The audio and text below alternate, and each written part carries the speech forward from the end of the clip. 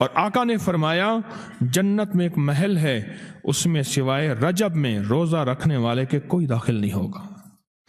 اور آپ نے فرمایا جنت میں ایک نہر ہے، اس نہر کا نام رجب ہے، اس کا پانی دودھ سے زیادہ سفید ہے اور برف سے زیادہ ٹھنڈا ہے اور شہد سے زیادہ میٹھا ہے، اور جو رجب میں چاہے ایک روزہ بھی رکھ لے اللہ اس نہر کا پانی اسے پلائے گا۔ یہ غصے کو ٹھنڈا کرنے والی چیزیں بتا رہا ہوں۔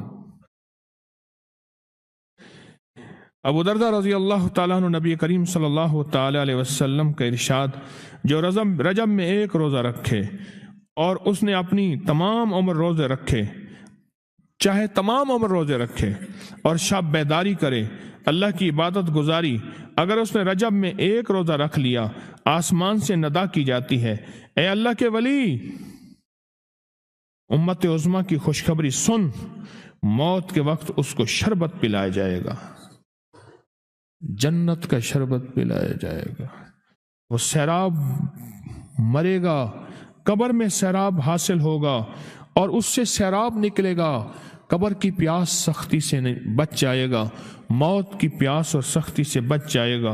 اور یہ فرمایا یہ کرامت صرف آقا کی امت کو ملی ہے۔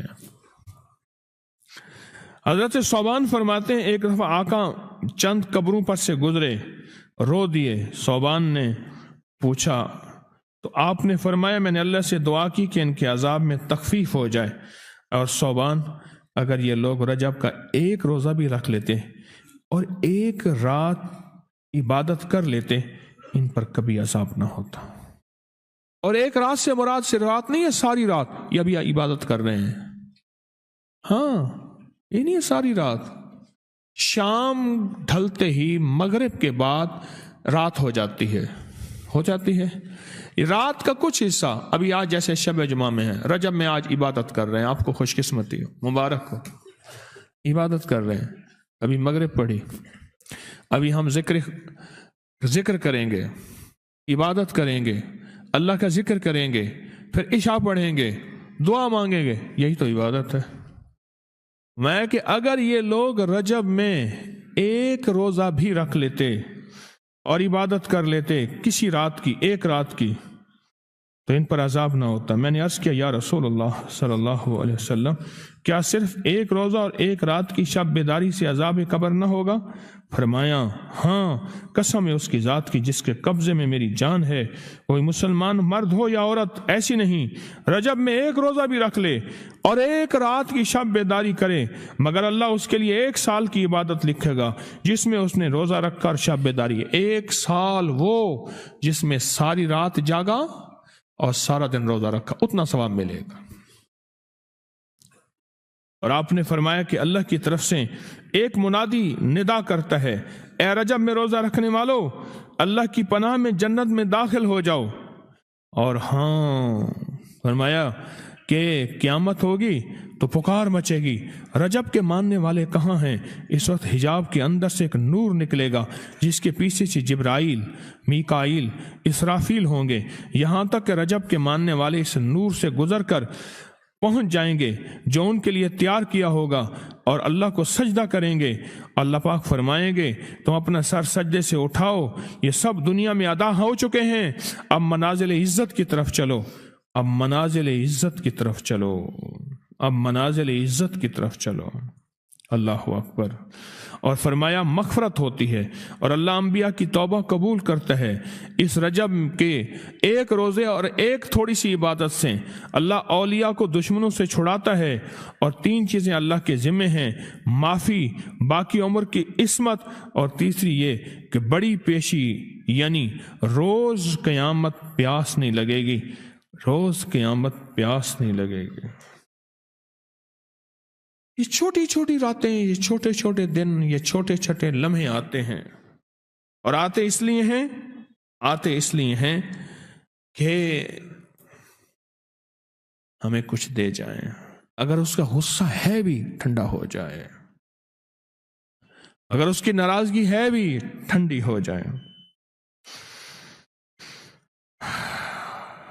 اللہ اکبر۔ فرمایا آپ فرماتے ہیں جبریل نے مجھے خبر دی ہے جب رجب کی پہلی رات ہوتی ہے اللہ ایک فرشتے کو حکم فرماتے ہیں اور وہ پکار کر کہتا ہے سن لو توبہ کے مہینے کا چاند نکل آیا۔ کس مہینے کا؟ اللہ اکبر۔ جبریل آواز دیتا ہے سن لو توبہ کے مہینے کا چاند نکل آیا، آ جاؤ اپنے لیے توبہ، امت کے لیے توبہ، اپنی نسلوں کے لیے توبہ، اپنی پچھلی نسلوں کے لیے توبہ، اپنے لیے، اپنے لمحوں، اپنی راتوں کے لیے توبہ، اپنے دن کے لیے ندامت اور توبہ۔ سن لو لوگو، جبریل کیا کہتے ہیں اور پکارتے ہیں کہ توبہ کے مہینے کا چاند نکل آیا۔ بس اس کے لیے بشارت ہے جو اس رجب کے مہینے میں استغفار کرتا ہے، اس کے لیے بشارت ہے جو رجب کے مہینے میں استغفار کرتا ہے۔ غصے کو ٹھنڈا کرنے والی یہ سعادتیں ہیں، اللہ کو ناراض کرنے سے دور کرنے والی یہ نعمتیں ہیں۔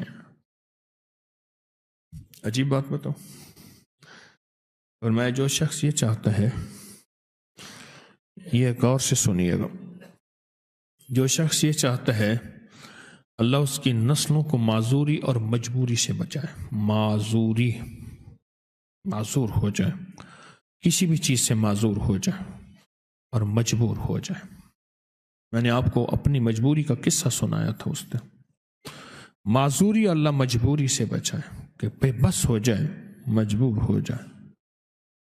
اور جو شخص یہ چاہتا ہے کہ اس کے ماتھے پہ نصیب اور بخت اور مقدر اتنا لکھا ہوا ہو انسان بھی پڑھ سکے،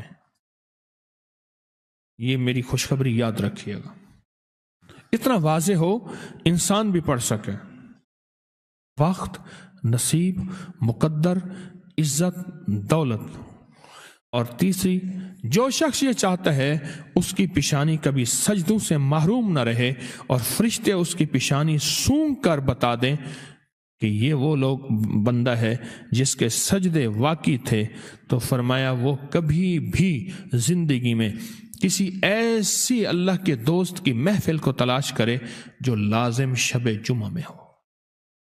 اور یہ وہ ہے، اللہ کا دوست میرا مرشد ہے، میں ان کا غلام ہوں، اپنی نہیں کہہ رہا۔ شب جمعہ، یہ شب جمعہ، جمعرات تسبیح خانے میں، اور پھر تسبیح خانے میں دعا ہوتی ہے، تھوڑی دیر کی یہ محفل ہوتی ہے۔